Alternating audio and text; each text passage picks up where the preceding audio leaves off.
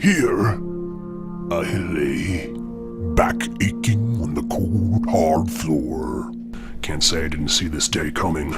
For too many years, as far back as my weary mind can go, I pushed myself to the utmost limit, heaved my body around with reckless abandon, leaping through the air like a Superman, living on extreme alert night and day. Hindsight, I see it all fast-forwarding through years of life, valuable years of life. Now here I lay, a cripple, weak with foreign sickness every day, wondering at every rising sun if this one will be my last. So is life and death in Ryuganzawa. The schools actually bring children here on field trips. Here, of all places. It's like bringing your kids to the circus and letting them play in the tiger cages. Small wonder why I sequestered myself from them. So long I have spent separated from society, I no longer identify with the human race. Maybe I never did. Humanity never did me any favors. Maybe it was my worldviews, maybe it was my simplistic nature. Most likely it was my menagerie of exotic pets. But I seemed destined to become the hermit of the forest. Once I made myself alive here, in Ryuganzawa, the way things fell into place? Unfortunate, but fitting, natural even. For a human being and his pets to survive in this untamed world, one need depend on the water of life. Legend has it the water of life was spawned by the moist magical moss on the underbelly of an enormous 8-headed serpent called Yamata no Orochi. The beast's said to have been laying dormant for centuries way down at the bottom of the water of life's source inside a deep dark cave. I know it sounds implausible, but I know he's down there. You can definitely feel his eyes watching ya. I try not to go in the cave. A few times I felt crazy brave and nosed around in there, only to zip-zap my way back out at the slightest noise. I get my water from the nearby lake, which feeds from an underground river branching out from the reservoir. Even so, with the Orochi out there, you tend to grab what you need and get out of dodge. You know, they say there was only one natural enemy to the Orochi, a small creature called the horned mongoose.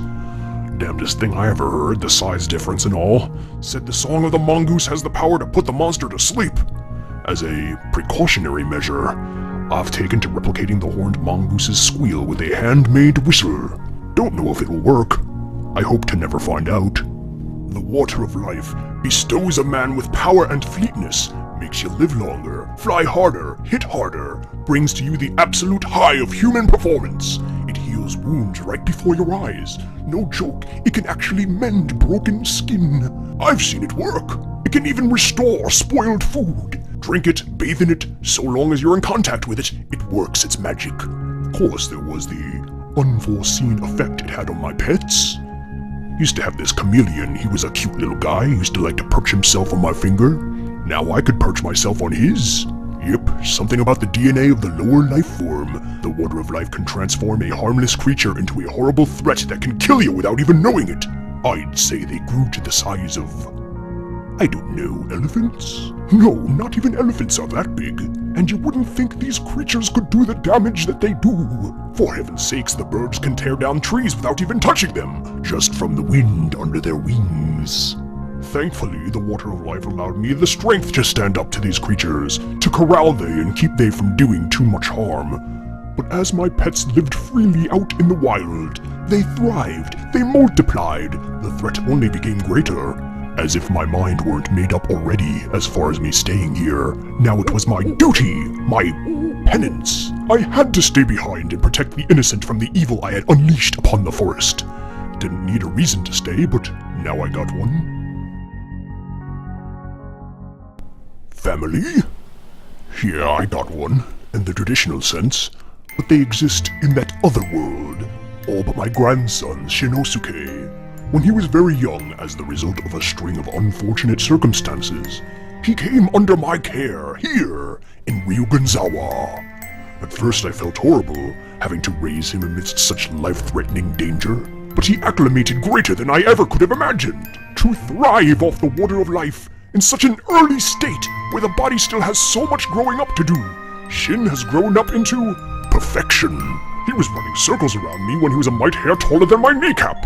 Now, forget it. I'm indebted to the boy, while I'm finally slowing down in my old age. He is out doing the dirty work, protecting the tourists from the angry animals, taking care of the friendly animals, making sure I have the care I need to get by one day to the next. Within a few days, he had the whole island rigged with monster traps, built to numb the beasts with barrages of falling stones. Shin does it all without question, without argument. No, I don't regret stealing him from a normal life in society. Here, in Ryugunzawa, we have everything we could ever need. Clean air, fresh food, rich natural beauty. Why pine for a complicated life within the system? We have a nice, simple life here. And simple is good. In fact, it is to the boy's betterment he keeps things simple. You see, he's a bright kid, knows full well how to take down a beast 50 times his size, knows how to live off the land, put together monster traps, and generally perform and excel at all his duties. But the boy's... what's a friendly way of saying it? Soft in the head? He's got a bit of an issue with short-term memory. He forgets names the second he hears them, forgets where he set his traps, forgets people like an old man with Alzheimer's. I cannot count how many times I had to reintroduce myself to Shinnosuke as if we'd never met. He'll forget important conversations, he'll forget if he did his chores. I'll find little scribbles all over the house, things he doesn't want to forget. Wish he'd scribble my name on there at some point. Not that it ever works anyway. In fact, I've perfected this move which has served me well during my years here. The Megaton Punch! A strike akin to being walloped with 1,000,000 tons of steel! Used it as a one-hit kill when I didn't feel like making a battle an all-day affair.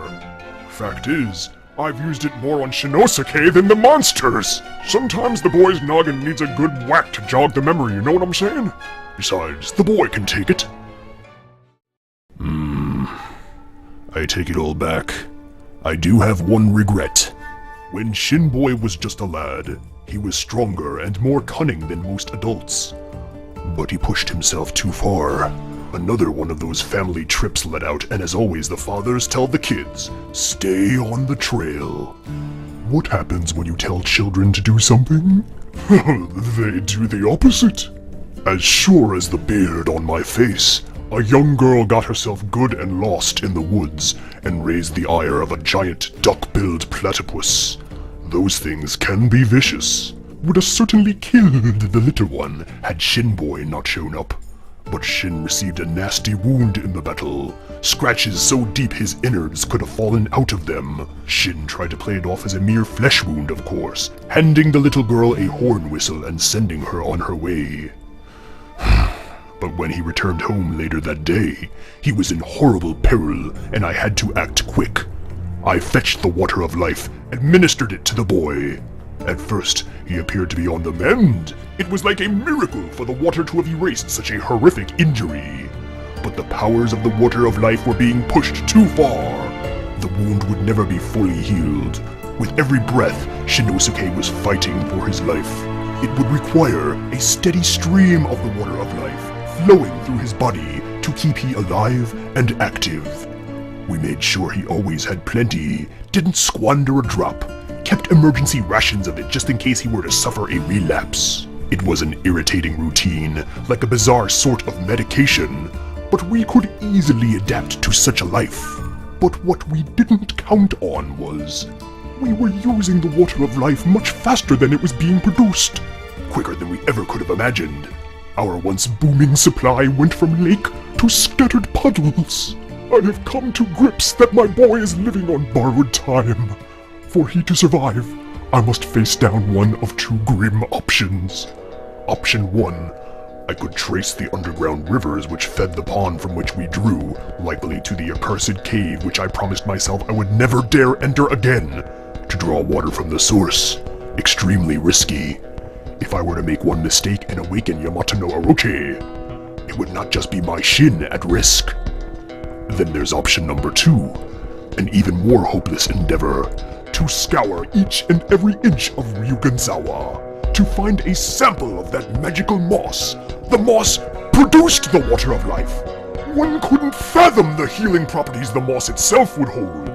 To apply it to Shin's wounds directly, may heal he and then some.